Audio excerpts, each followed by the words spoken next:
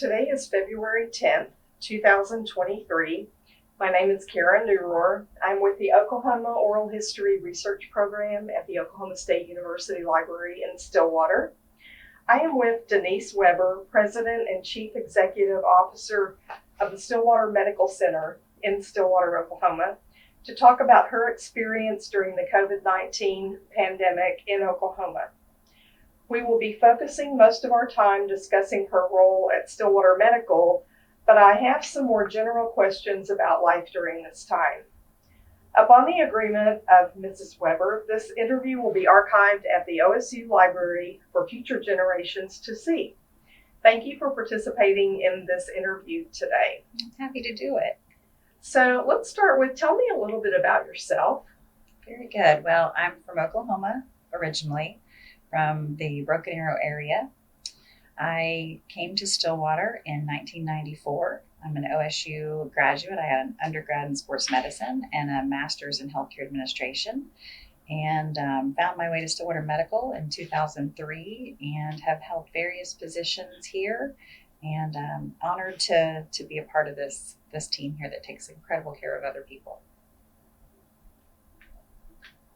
Okay, a couple of things.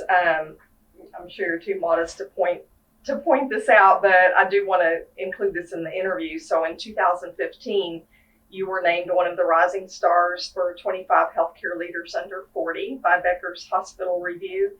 And in 2022, you were named Oklahoma Grassroots Champion by the American Hospital Association. You've done your research. Yes, I'm very honored. I've been fortunate to have so many mentors in my life and throughout my career to help show me the ropes, and also just to watch and learn from. And so I feel those awards are team efforts, more than just something that I did on my own.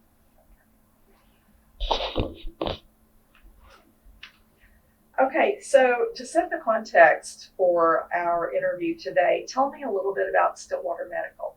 Yeah, so Stillwater Medical is a public trust health system. We have our main hospital, if you will, our flagship hospital located here in Stillwater, Oklahoma. We are a large outpatient center. We do have several inpatients here, but that's not the biggest part of our business. We have also two other hospitals located in North Central Oklahoma, one in Perry, Oklahoma, and one in Blackwell, Oklahoma. And we have just under 2,000 team members here. We have about, over between 200 and 250 physicians that serve our community, and a tremendous team of nurses, techs, anybody that you can think of under the sun trying to take care of people. This team wins incredible awards as well. So for the past 2 years, Newsweek has won, or this team has been recognized by Newsweek as a world's best hospital. We didn't even know there was a list of world's best hospitals, but Stillwater Medical has been on it for the past 2 years. We are honored to achieve several Women's Choice Awards, and for 11 years now, we've been named Best Places to Work by Modern Healthcare, which is a large publication in the healthcare space. So it's an incredible group of people here at Stillwater Medical. Well, congratulations on these honors and awards. Yeah, thank you. So thank you. A nice recognition of all of the efforts and the work that's done here. Exactly.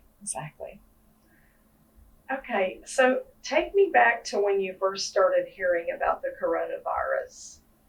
So my story is maybe a tad bit different than most, because in February, I was traveling to Panama. What year would this be? 2020. 2020. In February of 2020, before we had really heard about it here in the United States. I was traveling to Panama. And on our way back, at the airport in Panama, they had teams at the airport, what I'll call garbed up, and taking temperatures and doing things that we had never seen at airports before. So that got me thinking, what's going on? And so I did some research and knew myself and our infection control practitioner did some what's going on? There's some strange stuff happening at the Panama airport. And so it wasn't too much longer than after that. I think it was early March that we came out with announcements from our federal government that coronavirus was a thing. And I want to say we got our official announcement that we needed to be ready to deploy March 13th, 2020. It wasn't very long to have to ramp up, was it? It was not. And in fact, that time was so, I'll call it sporadically challenging, because the information, there really wasn't a lot of routine to it. And there became just floodgates of information that we immediately set up what we call an incident command structure. And the amount of just documentation and data that we had to sort through, and we were asked to come up with plans, response plans that had to be submitted through the state, that had to be submitted to the nation. It was kind of around the clock. And so you were doing this at the same time. We were all scanning all of the information that was available to us to try to discern what in the world was coming. We were spending a lot of time learning what we could from Seattle and from New York City to try to get a better, idea of what exactly we needed to prepare for. So yeah, it was around the clock for a while. Like, I can remember being up all night scanning. Yeah. So what were some of the key places that you were looking for information from? Public health departments in those areas. You tried to find trusted sources. Local news, we would try to rely on local news, not so much the big channels. That it became pretty quickly, I don't even know what to call that, but you just didn't know that they were reporting. We were looking to boots on the ground. What is happening? What's happening in the hospitals? What's happening in the communities? And then social media actually became a help to us, because there were physicians that created groups that they would come off of a shift and share, this is what we're seeing. Like, we don't understand this. I can't believe this. And so we kind of knew, okay, this is what this virus is acting like. And it's kind of crazy to think, we laughed about that in Incident Command, but the private social media groups that were made, physicians, nurses, we got a lot of hands-on information quickly that wasn't available, like how to treat it, what were they trying, what was working, what was not working. So Oh, wow. yeah, exactly. That's interesting. So as far as the local response here, who all was involved in the decisions for that? So I'll quickly go through our team here, but it was much more, this was such a unique time that it was so much more than just a team here at Stillwater Medical. But as far as Stillwater Medical, so we had several of our physician leaders were involved.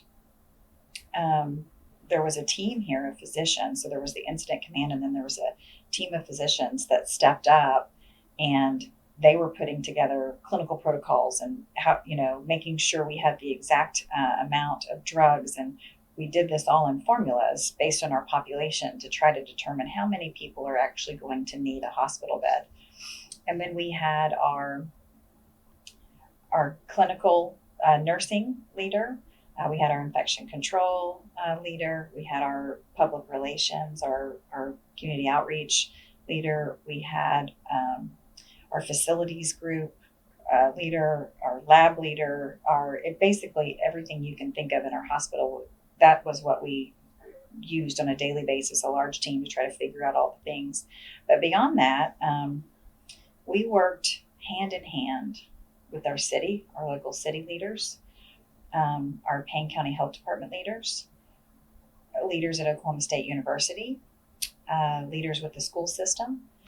There was constant, I would say, at least on a weekly, if not daily, communication between so many local players that had a lot at stake. And then beyond that, our state. So we interfaced on a very regular basis with the Oklahoma Hospital Association, who I would say the biggest kind of aha awakening for me when it came to infrastructure. Our public health is not siloed but scattered, and they had a lot to say grace over. And so the Oklahoma Hospital Association did a great job of kind of stepping up and being that voice for hospitals, and played interference, if you will, or interplay with the state for us. And so collectively, and there were groups created, hospital CEOs, we would meet on a regular basis and kind of talk about what's your struggle, what's our struggle. And, there were times we were driving ventilators, back and forth to where people needed them. And our public health department did such a great job to make sure that we in our state, to make sure that we had the resources the best we could. There's a lot of hands that helped lift up, because our plan, that what we were asked to do was increase our capacity by 40%. And so you don't have all that stuff laying around. And so there's a lot of kind of beg borrowing type stuff going on. As far as this communication between all of these different players, what was your mechanism for that? In the beginning, it probably started out as emails, but it quickly became, we all have cell phones and we're texting each other. Oh, wow. Oh, yeah. It was very, this pandemic, I'd say that was one of the greatest benefits that came out of that, is the relationships that were formed. I still have a comfort that I can reach out to the executives that were involved at the health department, at the city, at OSU, at my colleagues around the state. And it's not that I wouldn't have reached out before, but there is a extreme, when you've gone through something like that with another person, there's a bond that's created because you had to lean on each other. You had to rely on each other. And so, yeah, I text all sorts of people right now, and they do the same for me. So. Okay, so actually, my next question had to do with partnerships that Stillwater Medical formed or strengthened to deal with the pandemic, and you've mentioned quite a few there.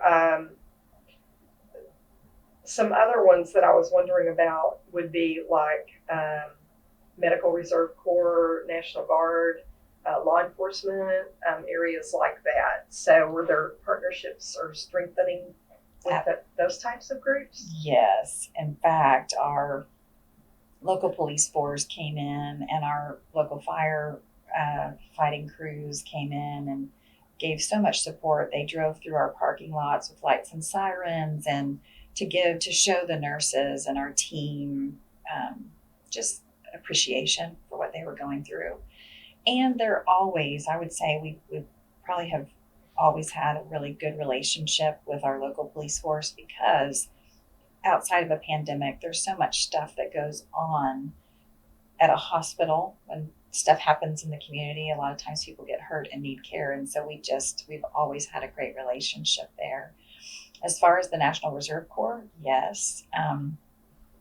We during, this was later in the pandemic, but we were really worried because we were at capacity, and we were starting to open back up, and life was getting back to normal. And the first ball game that people were actually going to come into, we were worried, like, oh goodness, you never want anything to happen at a ball game. But if it does, and it has in the past, sometimes we have to be ready to take on, if there's something, and sometimes it's not even in the arena, it's outside at tailgates that we've had, 20 people that all of a sudden need care.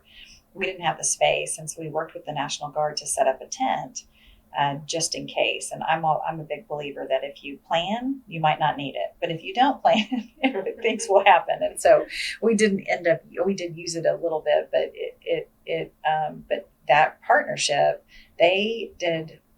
I don't think I've ever been more wowed. They came in with a tent, and it was air conditioning. It was hot outside, and they set it up like this and bring in all the equipment, and several of their volunteers were willing and able to help that day. And that also reminds me of the relationship that was created with OSU athletics. So we started coming, and we're still going to, they do a lot of game day preparation to make sure everyone's safe. And this pandemic thought, we might need Stillwater Medical there, and one of our team members is still going. And so, there's so many partnerships that and relationships that have been created through this, that our local community businesses. I don't think there's an avenue of our community that I couldn't give you an example of. I can think of Kennan's and several other local businesses that we couldn't find the supplies we needed. And that's not normally who we buy our supplies from, but they were able to use channels to get access to supplies like masks, medical grade masks. And they went above and beyond, safety goggles. They went above and beyond to try to make sure we had what we needed. Yeah. Okay, when you were referring to the ball game, it was an Oklahoma State Absolutely, football game. Yes. So that would have been fall of 2020. I want to say it was 2021. That's right. Yes, when we started getting back to, fall of 2021, September 2021. Yeah, I'm shocked I can't even remember who Oklahoma State was playing, but I'm a big Oklahoma State fan and love attending ball games, and wanted to do our part to make sure we had ability to take care of people if they needed us. What were some significant ways that work plans and processes changed? So, in fact, we're trying to some degree to put the genie back in the bottle, and I'll explain why I say that. So, prior to the pandemic, healthcare plans and processes were very systematic, routine. It went through multiple committees. Like if you were going to change a process, it went through multiple committees. It had to have approval from a lot of different state health department type, and because of the dire need and the nature of what was coming, a lot of our rules and our processes were lifted. And in fact, it was our Centers for Medicaid and Medicare, which we follow a lot of regulations under that legislation. Our state health department lifted all sorts of things. And it was necessary to lift, but it became this, okay, just do. And so we went from very systematic to more what I would call firefighting, like, okay, you here, here, here, here. And I can remember our physicians saying, this is great, because we didn't have to wait for committees. But now all of us, physicians included, realize that the systematic process creates so much more. Everybody, it gives you time to communicate, prepare. And so that's what we're putting back in place, because people get out of that routine, and our team's doing a great job at that. But yeah, it totally changed. So in the pandemic, an incident command, there's an incident commander. And I don't know if you're familiar with FEMA structure, but everything in a disaster, every decision goes up to the incident commander, and incident commander makes a decision, and everything goes down. And it's so one person has the information that they need to be able to make the best decision, because information is moving at such a rapid pace. That's not at all. Like, I know I'm the CEO, but I don't make every decision that happens at Stillwater Medical. We spread that responsibility to various committees, and we delegate things. So that structure caused a very big difference for everybody here. And so now we're back to, I don't make all the decisions. It's committee work. And so, I would say that was probably a big hurdle for all healthcare systems in our nation. The rapid change on how we get things done. Very, very different style. So the FEMA incident commander, are there multiple people in that role within a state? Do they have a region that they cover? How does that structure work actually? Yes. So let's say it's more, I don't know if it was ever designed for a pandemic, quite candidly. I'm guessing it wasn't. But it's what every state has training and people and it's a nationwide, look, and we have many people here at Stillwater Medical, myself included, that have been through training that teaches you how to exist in an incident command structure. And everybody in an incident command has a role. Like, somebody's doing logistics, someone's doing clinical, someone's doing a public information officer. And so for us, we have disaster policies that tell us, okay, here's what we're going to jump into. And in fact, they're more designed, or at least the way I was taught, more designed for a tornado hits this building, or, a bomb happens, a shorter lived. But I guess a pandemic only comes around 100 or so years, knock on wood. And so maybe there isn't a structure that we've designed as a nation and as states for that. But that's how that works. So every hospital had an incident command, and they were not connected to each other. The state, I don't know if you remember Governor Stitt and Dr. Schramm, that was their incident command. They all gathered around a table and probably had different responsibilities. And so all that are actually requirements to be able to get FEMA funding, and that you use that because it's been tested and tried that it saves more lives if you're in that kind of a structure. Okay. Yeah. Thank you for that explanation. When you think about masking, what comes to mind? So probably my first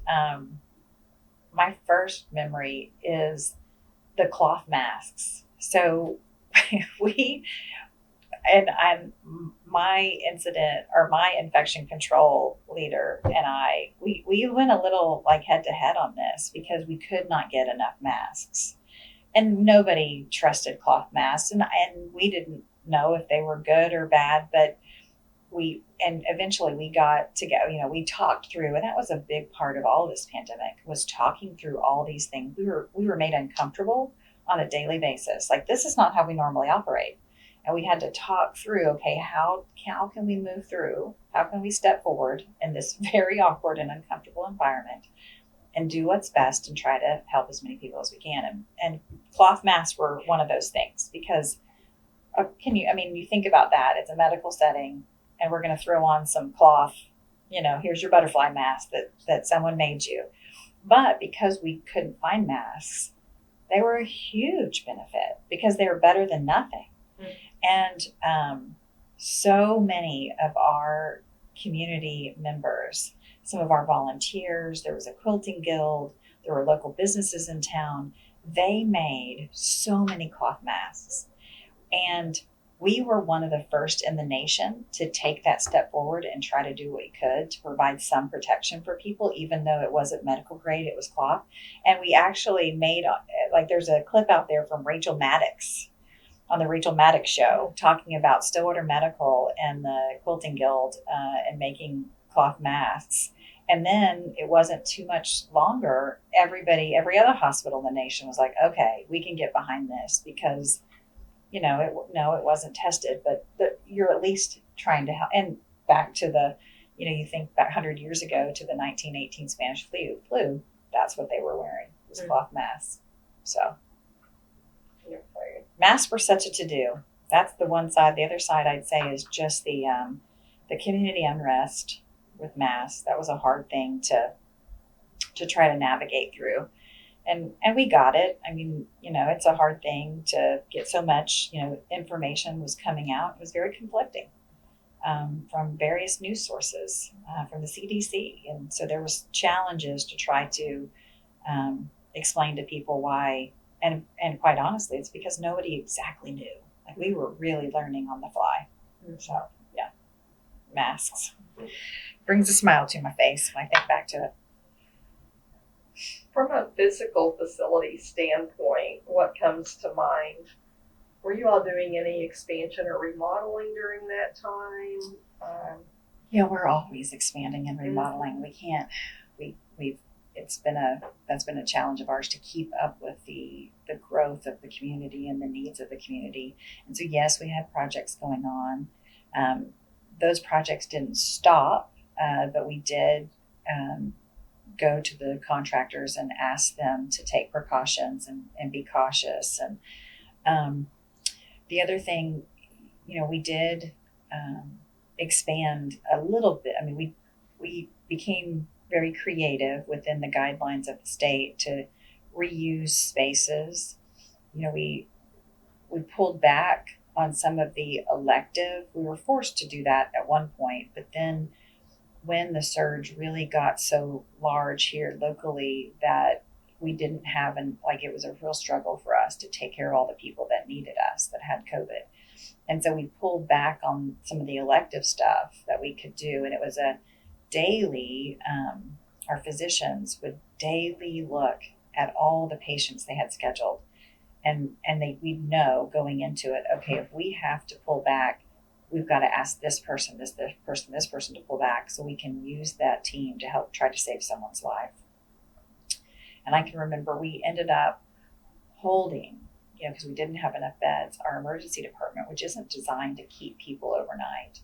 We would end up holding sometimes upwards of 15-ish patients just in the ED. And so we expanded we took a conference room out and, took out the conference room stuff, the carpet, that kind of stuff, and put in more a clinical space setting. And so we could kind of have an extension overflow ED because the main ED rooms had been used for holding patients. And so we still needed that space to be able to take care of what I call like a walking wounded, that kind of more of an in and out ED visit. So yeah, it caused quite a bit of need for us to expand in different ways.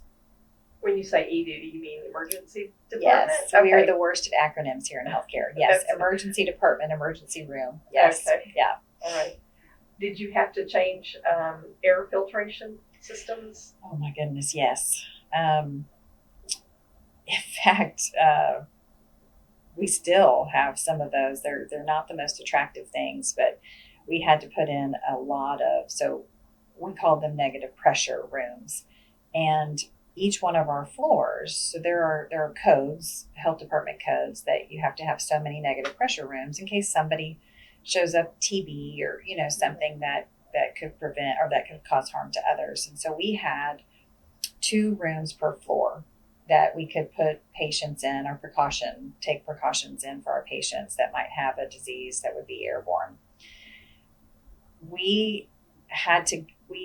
And in fact, this was another local company that helped us find these, but we had to retrofit so many of our rooms. We did a whole wing down 3rd, and then ended up, our 3rd floor is our medical floor, and then did a whole another wing down 3rd, our medical floor, and ended up with a 3rd wing. So we have 4 wings on our medical floor, and at one point 3 of them were all negative pressure rooms, COVID patients.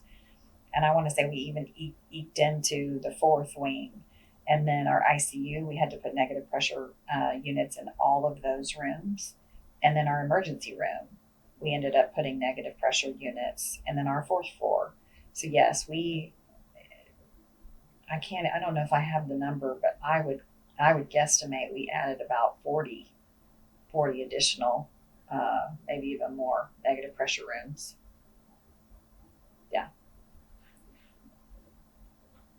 Okay, you talked a little bit about supply chain issues early on, and how some of the local companies helped with obtaining masks, and then also with the filtration. Does anything else come to mind about supply chain issues? Yeah, supply chain issues, I think something that is hard to, and part of the reason why there were so many different struggles than just true pandemic clinical, we got to take care of people's struggles, is when the world shut down, or when the nation shut down, that caused a ripple effect later on, that production stopped. And so that affected us in many areas outside of PPE. We struggled to get, and that became a daily focus for our incident command, is what are we not getting our hands on, and how can we access it? And a lot of it, I would say, had nothing to do with taking care of COVID patients. Had to do with taking care of all patients. So yeah, supply chain was greatly affected, and our supply team, they no longer really worked regular hours because they became so acquainted. You had to kind of be ready to push the purchase button at whatever time the new So because you were competing with everybody trying to get that supply. So yeah, I would say supply chain was greatly disrupted, and it's still disrupted. We've not gotten back into that cadence. I don't know if it's the lack of workforce or we're still struggling with supply chain issues.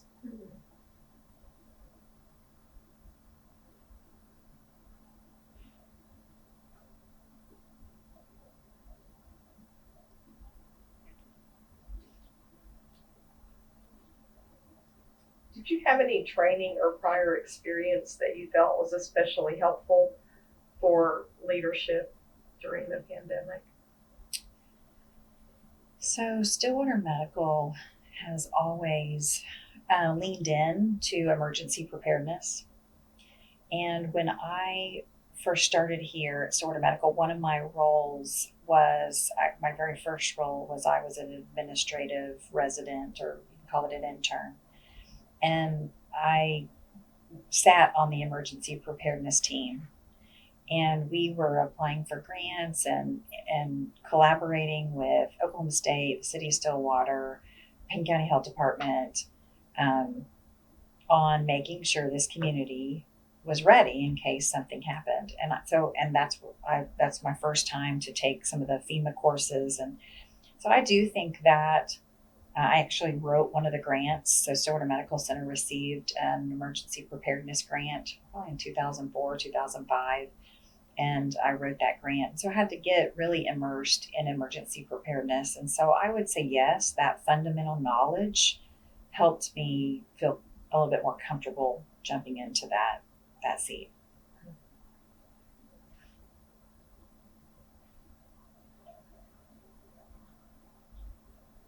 One of the things that I know was going on probably behind the scenes would be the data-driven decisions. And there were dashboards created for the public, and information was coming out. Can you talk about that a little bit? Yes. In fact, my first recollection of that is from one of our surgeons, Marshall Shaw. He's one of our urologists, and he very quickly jumped in and provided us some resources that other health systems on the coast had developed to try to help. So it happened on both coasts first, and those physicians were using the information to try to help the rest of the country get prepared on. There were these algorithms that you could take population and you could add all sorts of factors, age, health, poverty status, and apply that to how many potential people that are going to need a hospital bed, how many potential people are going to need a ventilator, what their length of stay is going to be, and you could play with it with these algorithm kind of spreadsheets. And so that's what we went to work doing, and we kept the spreadsheets. So that's what's so great about people, especially people in healthcare, is they have a nature to serve and to help. And so these folks, as it was ramping up for us and more in the middle of the country, theirs was a little bit more calmer. And so they kept updating these spreadsheets to where they kept getting better and better at predicting what we would need. And so, yeah, the other thing I'd say about providing the spreadsheets for the community, there was a lot of there was all sorts of commentary that came from the community, from I support you all 100% to this is made up and I don't believe any of this. And so our spreadsheets sharing was more to try to give information. We see ourselves as a hospital serving the public, and that our information, to the extent, we don't want to share anyone's private information, but our information is public and should be able to help the public know and make decisions that they want to make for the betterment of their family. And so they did get attacked a little bit. Everything we did was, with the best of intentions, but it's an estimator. You know what I mean? To some degree, these were estimates, but yeah, I think the team did a great job trying to share what we could, with a manner so people would know, how to prepare themselves. Talk about the COVID relief funding a little bit. Yeah, that was interesting, I would say. So overnight, let me back up. Stillwater Medical, we have for the past probably 15 years performed at a level that was above other people, other peers. Like, we've been very fortunate, and I give credit to this team for, they go above and beyond. They're engaged in this organization, and so they help us find ways to save and do things better. And so that has served us well to where we've always been able to fund for the future. Overnight, all of a sudden, we're spending money in a way that it's unprecedented. We need, in the beginning, it wasn't increase your capacity with 40%, didn't come with a check to do that. Mm-hmm. It was just get it done. There wasn't an option per se. And so we were spending money and trying to make all this happen to be prepared. And then later on, we didn't exactly get a lot of communication that was a lot full of a lot more information than everybody else got. All of a sudden, just large amounts of money just showed up in our checking account. And so that's never a good feeling. It's, when you don't have the remittance advice, you're like, oh, I'm not sure if we should spend this or not. And so eventually we got the reconciliation for it. But for a while, it just kind of sat there, because with any amount of money that you receive from the federal government, it comes with a lot of strings. And we didn't know the strings yet. And the strings hadn't been completely developed. And so that was many months of us trying to figure out how much of this money is our money, how much are they going to take back, how much of this, what are the things we have to prove and require to make sure that we're going to be able to use this to pay back all this expense that we've expended. And the other thing I'll comment on that there's a little bit of chatter about is the Centers for Medicaid and Medicare did create a COVID code, that was to help health systems pay for the increased expense of a COVID patient.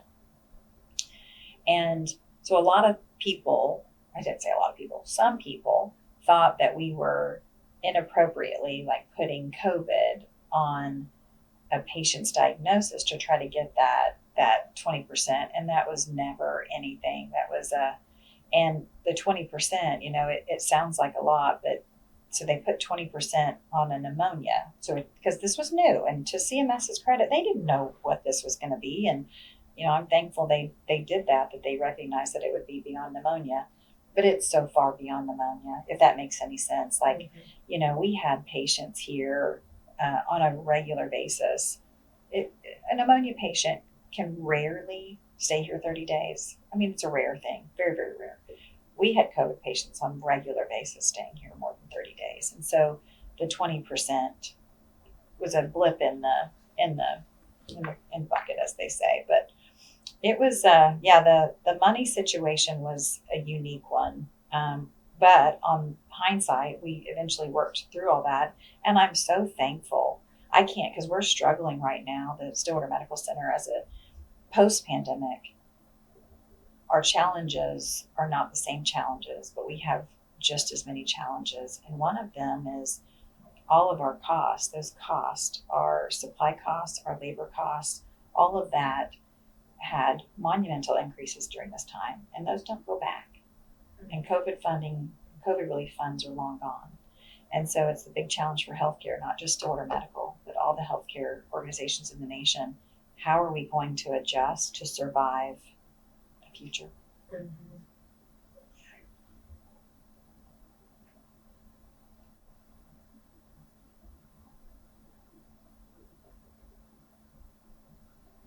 You talked about the surge plan to increase capacity and to be ready.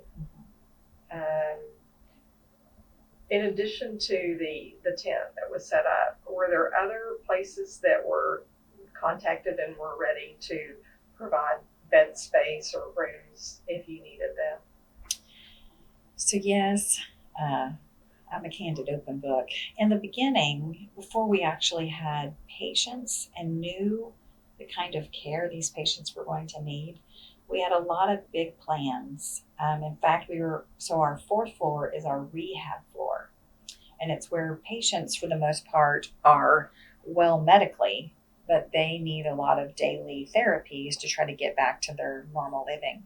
We were planning on taking those patients and shutting down our cardiology clinic and moving all those patients into our cardiology clinic because there's rehab space in that clinic, and then turning that entire wing into additional COVID rooms. We realized the types of rooms we needed for COVID patients, the bulk of what we needed, and the staff that we needed were critical care.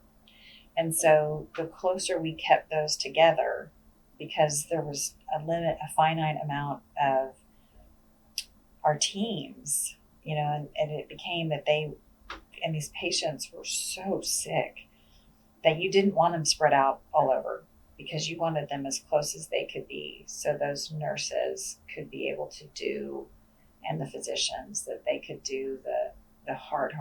They had the brunt, in my opinion. The brunt of the pandemic fell on the shoulders of our doctors and nurses, and trying their best to help the best they could with so many people. Yeah. So I'd say yes, our initial plans, we just didn't know what we were dealing with. And so our sweet Dr. Pence, she's one of our general surgeons. I can remember we went one day she was going all over our facility trying to discern where we could, like if we needed a second emergency room, where could we put that? And if we needed we needed more medical beds, where could we put that? The limitation was not space. The limitation was staffing. We could have probably taken care of hundreds, if not thousands, of COVID patients beyond what we did if we would have had more people. Mm-hmm. Yeah. What was her name? Dr. Kara Pence. Oh, okay.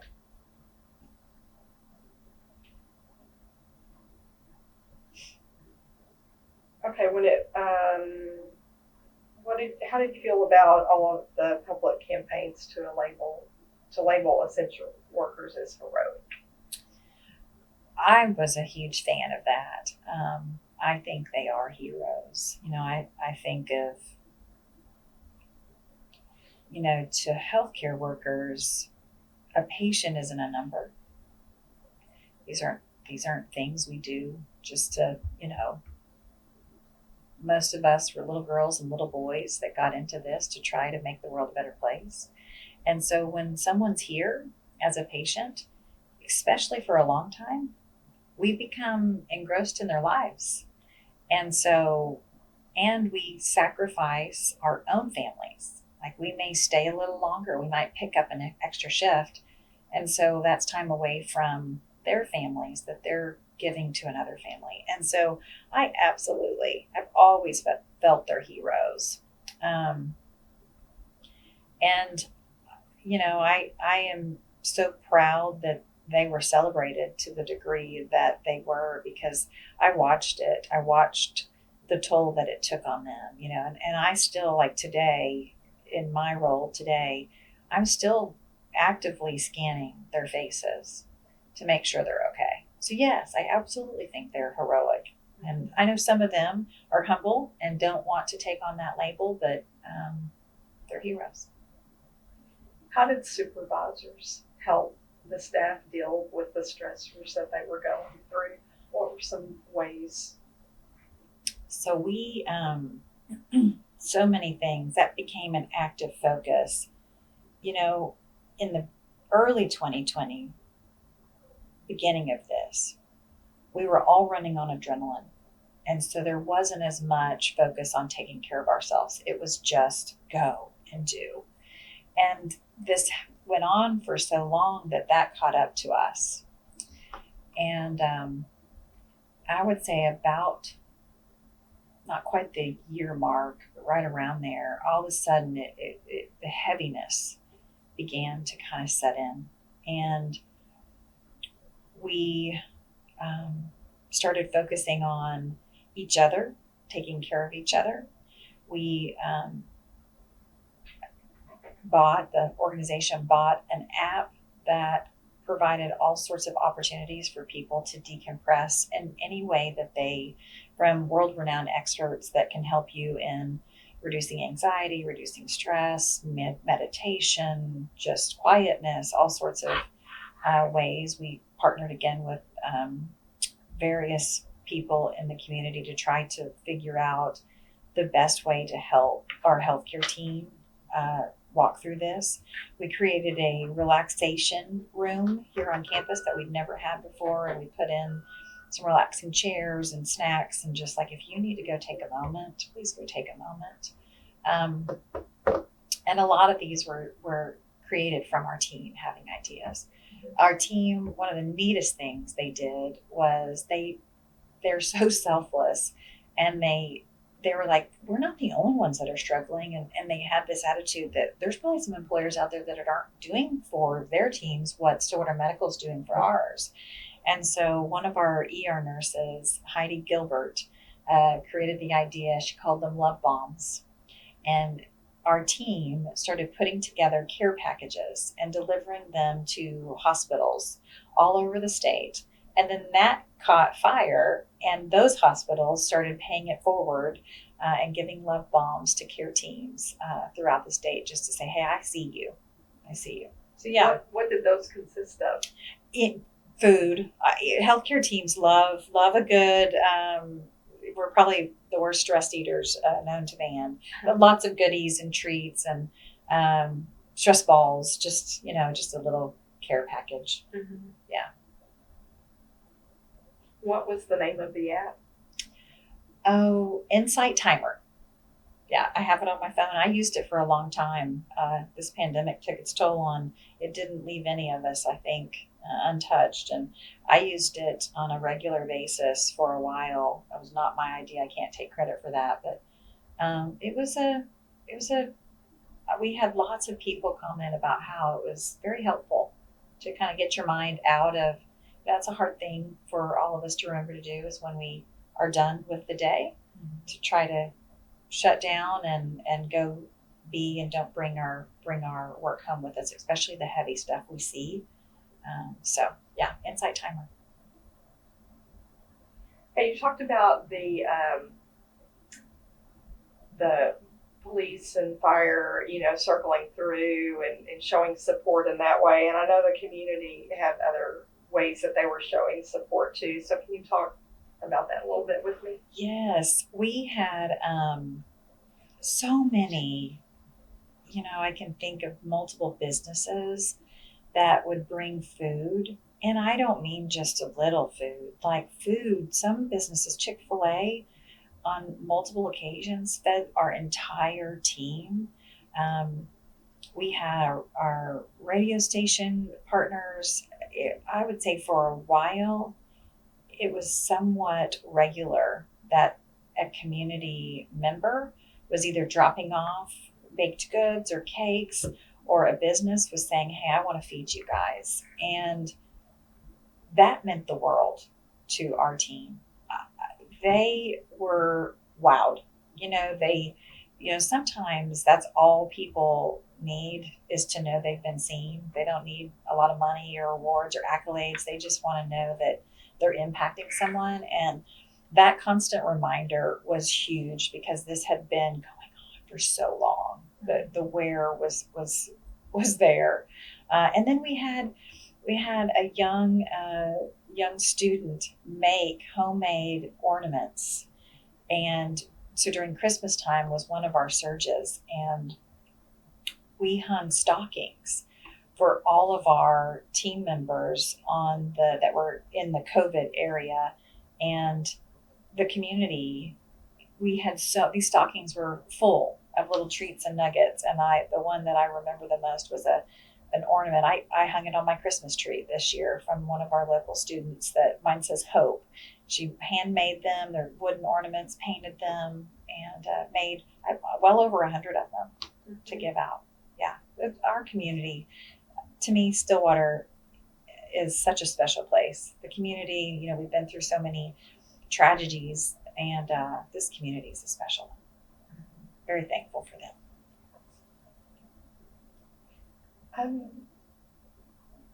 In July of 2021, there was a COVID-19 community memorial event.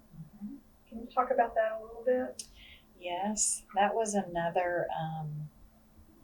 We were trying to do our part to ask our staff what they needed, because each one of us was almost like in a foxhole, if that makes sense. We each had our roles to do, and there wasn't a lot of time to really know what your fellow team member, what their world was like, because you were so up to your eyeballs in your own world. And so we asked them, and that was something they needed. I'll never forget our hospitalist, one of our hospitalists. They all experienced this, but Dr. Matt Payne, talking to me about how hard it was to see so much death. So people do die here, but typically it's rare, and it's towards the end of life. We don't have a lot of people that die here on a regular basis. And during the COVID pandemic, it was very regular, and so they had to go through that experience more often than not. And because so normally there's a lot of time for a healthcare worker to process a death before they have to move on and process another one. And so that they needed that. They felt the community it was a kind of a two-part. They said, we feel like they were struggling with some of the hate they were hearing from the community.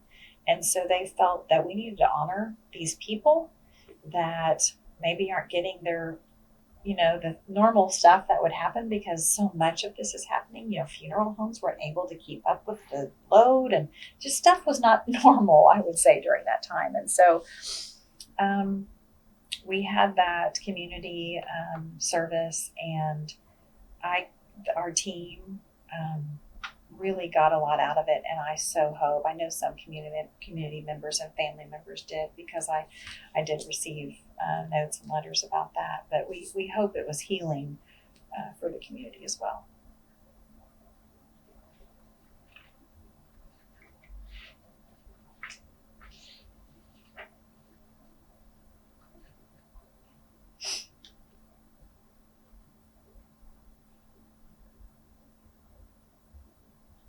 And let's talk about when the first COVID vaccines started rolling out.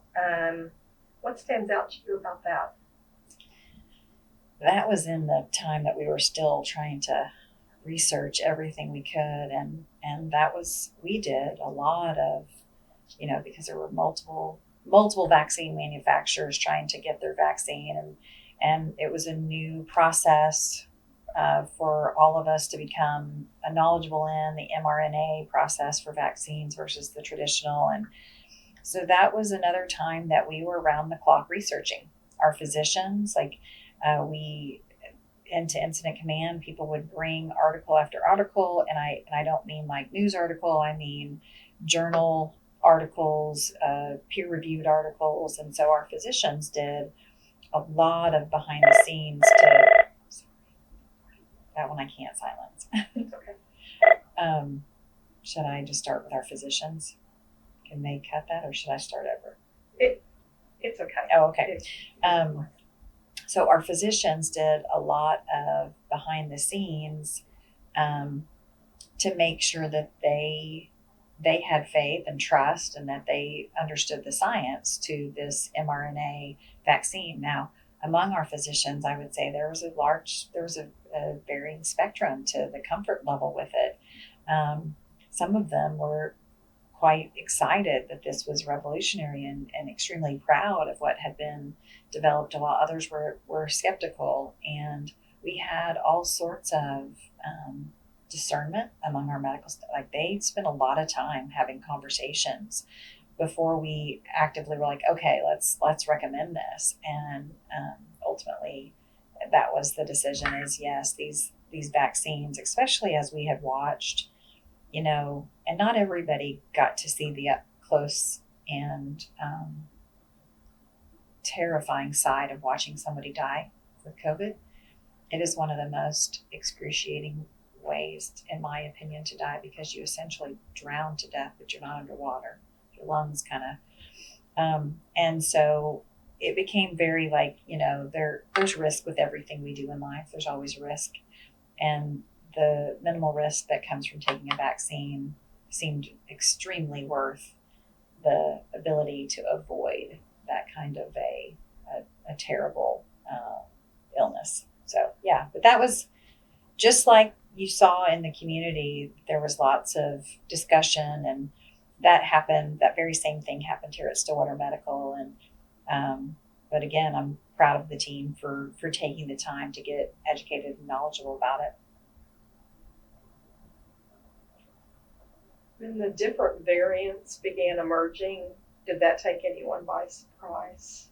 No, not really. And that's the side of healthcare that no one really knows unless you're in healthcare. So that happens with everything. So we're very versed in. That's why the flu shot sometimes works and sometimes doesn't. Is that's a very natural course of biology that viruses adapt and grow and figure out how to evolve. And so no, we were more not surprised that there were variants. We were more trying to figure out, okay, what is this variant going to do, and how do we need to react differently? Yeah. Okay. Long COVID has been in the news more lately. Do you have any specific insight that you can share about it? What I would share is that in the beginning, and granted, no one knew exactly what COVID was, but what everything points to is, I'll compare it to the flu. A flu is a respiratory virus. It affects your respiratory system. COVID appears to be a systemic virus. And so, and in fact, I was just reading an article about how COVID, even if you didn't have symptoms, like, a person that had no symptoms or very light symptoms to a person who really had a lot of symptoms, that's your immune response. But if you tested positive for COVID is still within your system, potentially causing stress on your system. And by a systemic virus, it kind of depends on your weakness or your vulnerability on what it attacks more. And so we are absolutely seeing all sorts of people that have, if you call it long COVID, but have symptoms. Like, for example, I personally know someone that the kidneys, she'll never have functioning kidneys again because that was the system that took the amount of the damage. There are people with long-lasting heart issues.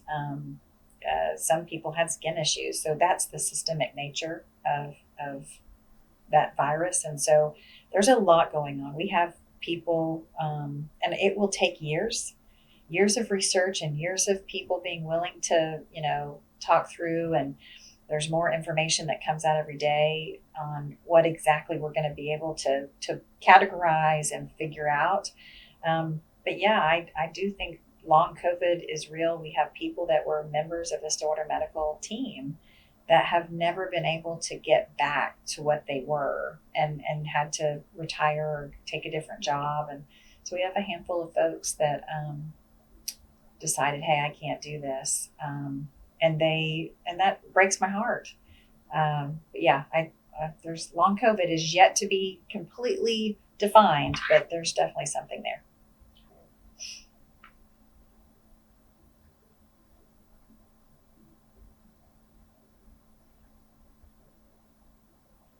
Are there things that you hope medical administrators learn or take away from managing these systems during a time of a global healthcare crisis?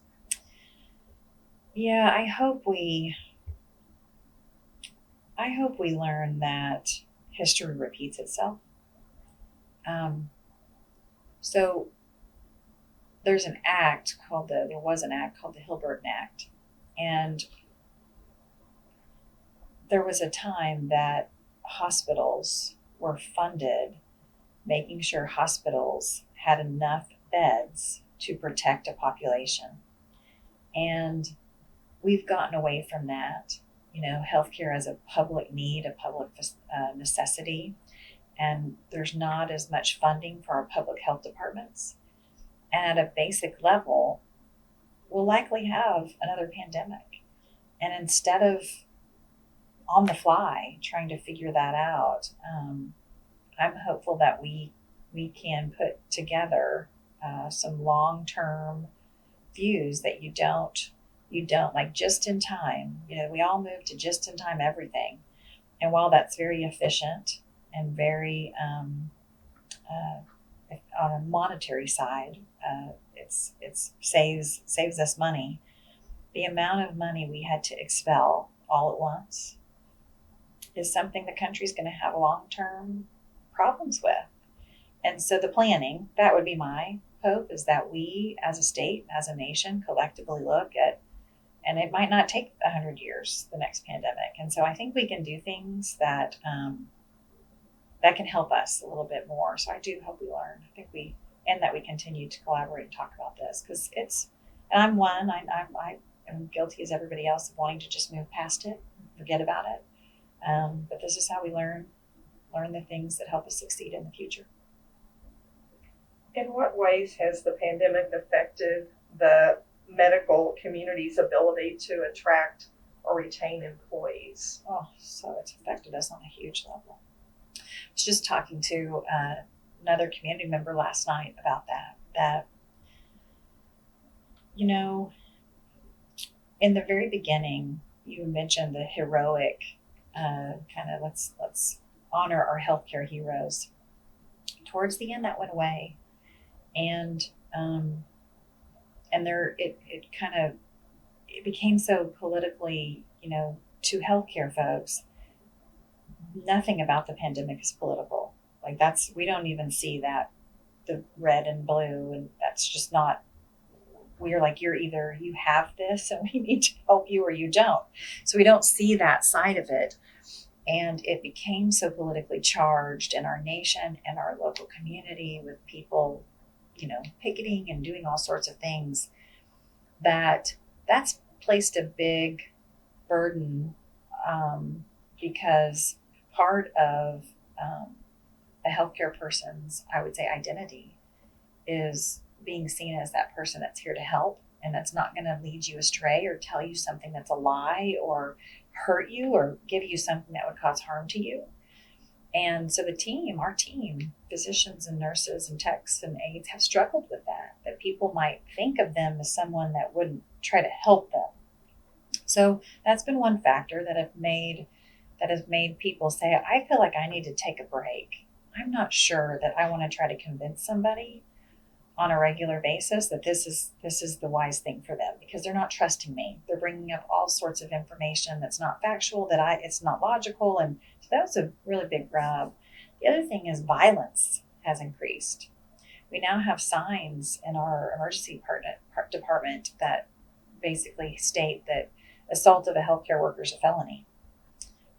Not that never happened before, but that's increased to a level of people, and I'm sure that's all related to the pandemic and everything that everybody went through, but that's taking a toll as well. And then on top of kind of what we went through, healthcare was already heading for a struggle because of the boomers and the retirement happening.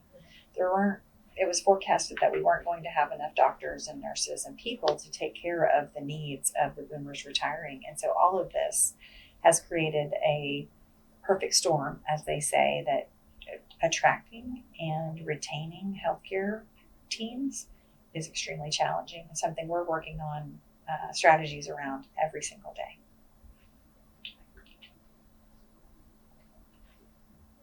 Okay, I have a few questions about the pandemic on a personal effect for you. Yeah. How did the lockdowns affect your day-to-day activities related to family? So,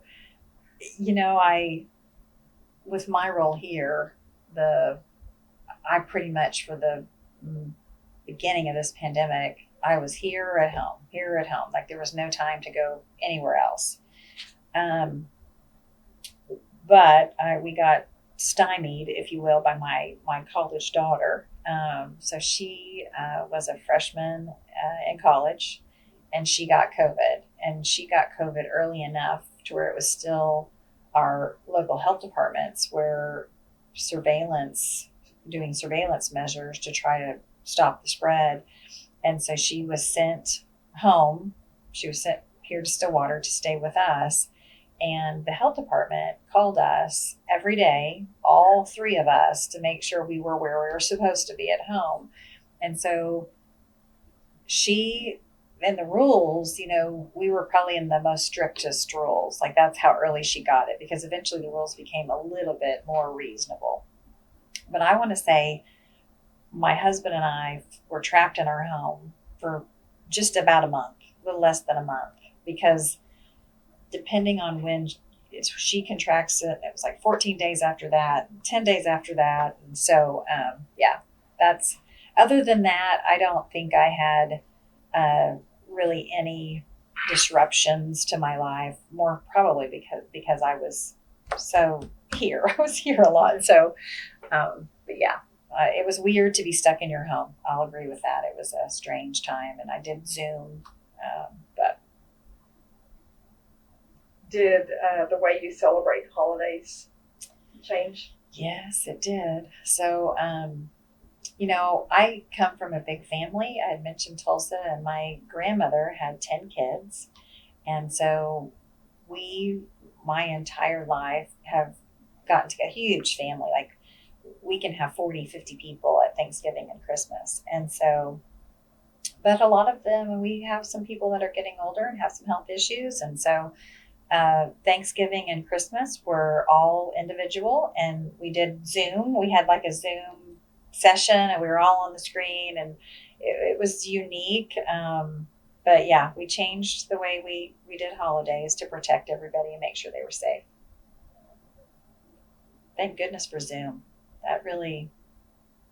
That platform helped so much. I can't imagine if we hadn't had it. We use that on a daily basis here. Mm-hmm. Yeah. What were some things that were difficult for you personally? I would say, for me personally, hold just a second. For me personally, I'd say all of this was hard. Being here, as much as I was here, it felt constant. So that was a strain. And trying to carry the load for this team. Being a public face, at the same time that we're trying to figure out up, down, left, and right. There are news stations that want to know who's here, when they get here, what are you doing? They were very respectful, but I don't have news stations here on a daily basis. That's not a typical part of my world. Having to stay so current, you needed to know the latest because things were changing so frequently. So I'd say all of it. I don't look back on that and think any of it was easy. I do think I learned a lot. I think I'm probably a different leader after it. I'm sure that there's good and bad to that. But I don't know that there's a one of us, We don't talk about it a lot here. But I think that's probably, I think everybody would say that we have battle wounds from it, living through it. And some of those are SMC related to what we had to do here on a daily basis. Some of those are community related.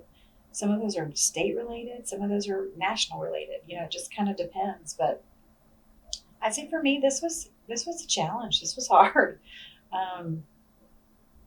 I'm sure I'll look back, as they say, this too shall pass. And I'm sure I'll look back and think fondly of it and be able to take the positives. But yeah, I'd say it was a challenging time for sure. In addition to the app that you all made available and you mentioned that you used, were there any other little self-care things that you found helpful? So there was a turning point for me. So in the very early days, it was constant. I was, like I said, because I was scared. I mean, quite honestly, I was scared for our team. I was scared for the people that we serve. I was like, oh my goodness, we've got to be ready. And so I was spending, and I'm not alone. I should say, because it was every member of this team, were spending so much time trying to learn what we needed to learn. And so there became a point where I had to say, okay, I can't do this at this level and this pace forever. And so when I did make it home, I would turn it off. And it might not always be an insight timer, but I would make sure I got some sleep, and try to get involved in something else that wasn't pandemic related, because man, the amount of information that could consume you if you let it was intense. And so, yeah, I'd say probably, can't even remember the time frame on when I did that, but that was a huge help to not be 24/7 pandemic response. That makes sense. I don't know if I did any, we tried, I'd say collectively as a group, we tried to eat healthy. That was hard to do during this time frame, but we would collectively try to help each other. We'd have some fun. Oh, I forgot about this. So in Incident Command, Mexico Joe's, everybody was trying to do things differently to try to get people to, enjoy life in a time that everything was shut down. Mexico Joe's had trivia night that was online. And so and it was like 7:00 at night, we would still be here. And so Incident Command would sign up for trivia night, and Jackson's Jewelers would have like fashion shows online. And so we might watch the fashion show and bid on stuff. And so we had, I should have said this earlier. I'm glad you asked this, because all of us collectively realized we had to laugh our way through this too. We had to find the good, find the fun. In fact, Dr. Don Crawley brought this into Incident Command one day, and it's a little box and it says, take what you need. And it was just something that we would do on occasion. Luck, confidence, patience, love, courage, hope, wisdom, strength, and inspiration. Oh, that's wonderful. Yes. And so there were so many little things that people did to try to inspire each other to keep going. Yeah. Yeah.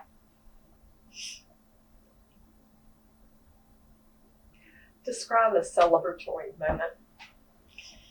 This is going to sound so funny, but we couldn't find, this is probably one of Incident Command's, it's definitely one of mine, one of our favorite times as a team. I think it was because we were able to give our brains a break from some of the high level executive reasoning skills we were having to use. But so we have emergency preparedness storage. So for like a tornado or a bomb or something, we have these emergency kits that we always keep on hand just in case. Well, we couldn't get our hands on masks. And so we have lots, we have hundreds.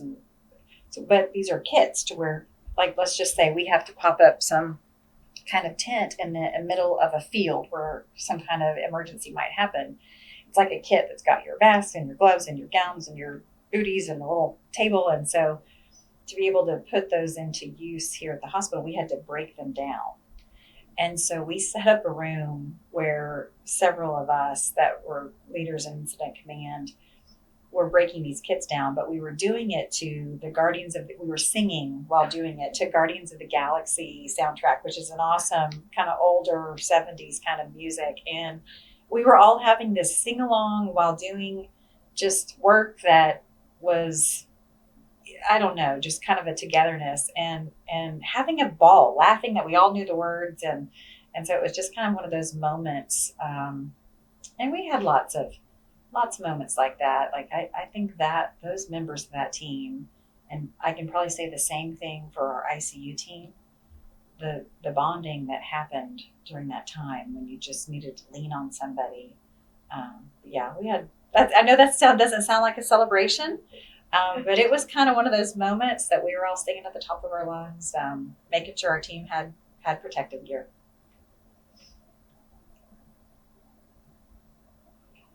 How have you evaluated risk over time? Like, how do you decide when you don't wear a mask? Have you traveled since the pandemic started? Some things like that. Yeah, that was probably one of the most challenging things to discern because there's always, as we talked about earlier, there's always risk. And part of, and it really depends on someone's risk tolerance. And I would say we're at a point now, but it took a lot of, again, thoughtful, discerning conversation to get us there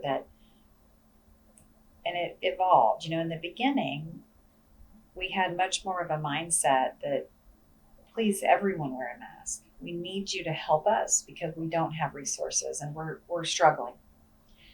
When that time passed, and there was this thought and hope that this could be contained and not spread everywhere like it did. Eventually, I think that became evident that horse was out of the gate and that wasn't going to happen. And so I personally look at it that if we are not having people here to a degree that's stressing us to where we're not going to be able to provide great care, then someone's personal risk tolerance, and as long as they can be respectful of others, that's the, our patients tend to be of a more older demographic.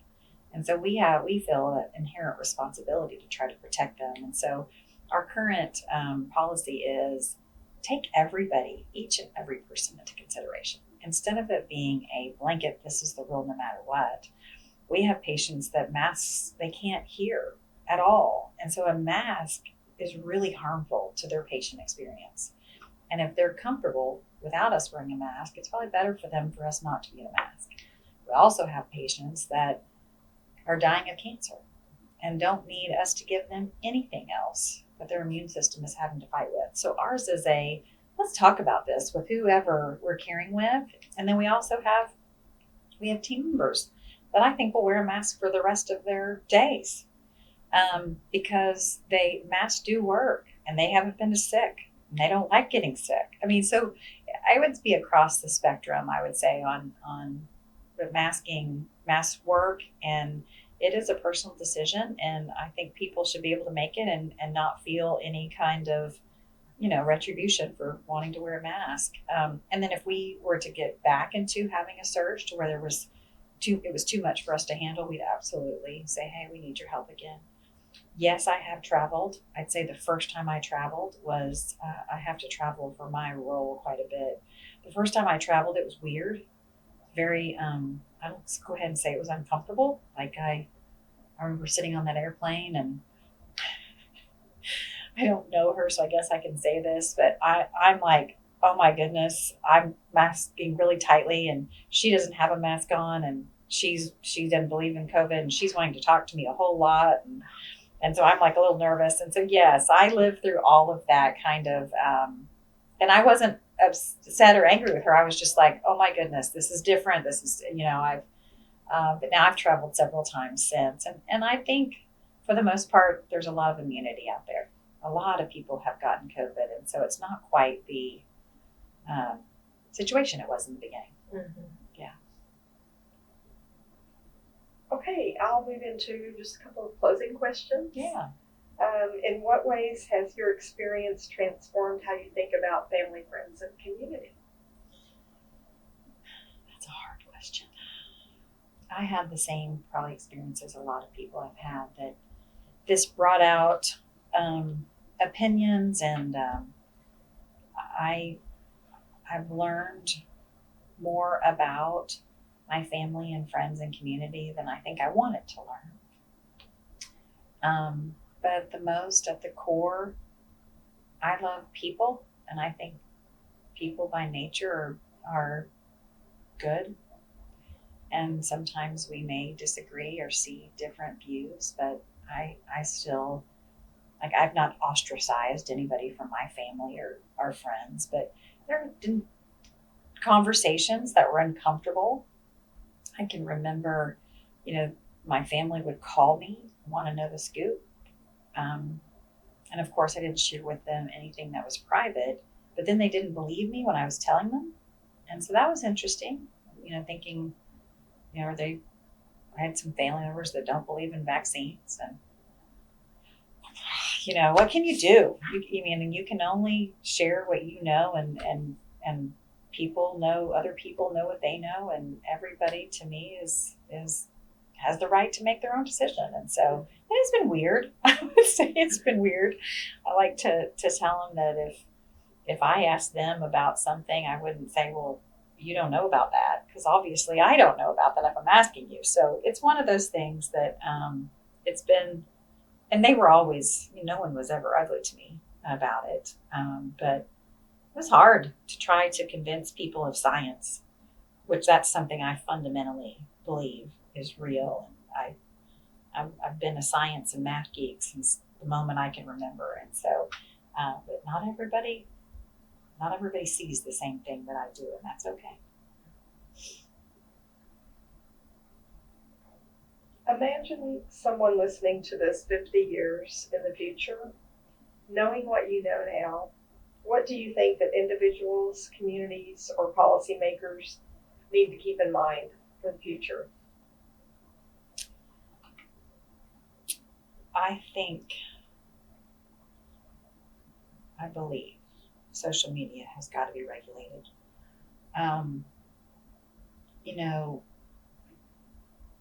Social media was so helpful to us at the same time, but social media was a detriment to us at the same time. And I think about our televisions. So many things we have been regulated to make sure that what's on them is not false. And I think the same thing, there's got to be some sort of disclaimer or some source of truth. And I worry about the local news. It used to be that it's a little bit like we were talking about funding healthcare. It used to be that people funded their local news source, their newspapers, their local news channels, and that was a local source of truth. And through the years, not everybody has that in communities, and there's not a trusted media voice, and a lot of conflicts of interest are at play in owners of media. And that would be my biggest glaring takeaway from this, is that people don't have knowledge on who you can trust. And some of my family members, I'm worried to some degree, both sides, Fox News and CNN, they listen to that news source sometimes for hours, and it can create this anxiety in them. And I don't even know if what they're telling us is true, so I think that's the biggest thing for in 50 years. I hope we have that figured out, and they're laughing at us that because I'm sure we're all guilty of reading. I'm sure there's not a one of us that doesn't read something and think, oh, and we don't even know if it's true. Mm-hmm. And so that's what I hope in 50 years, that we've had all figured out, and then we laugh about how silly we were. That's my hope. it was kind of bizarre. I never really had. I knew that existed, but the pandemic made that really real for me. That you could know the truth, but someone else could have gotten it out there in a different way, in a salacious way, and it goes fast, it grows. It does. Mm-hmm. It does. Is there anything that we haven't covered that you would like to add? No, other than I'll just say thank you again. I say thank you on behalf of this team. I'm really grateful you're putting this together. I think at some point we will have our team members here, our doctors, our nurses, that are proud of what they did, sharing this with grandkids. And I don't know that we're there yet, because this is still a struggle for us, but I thank you.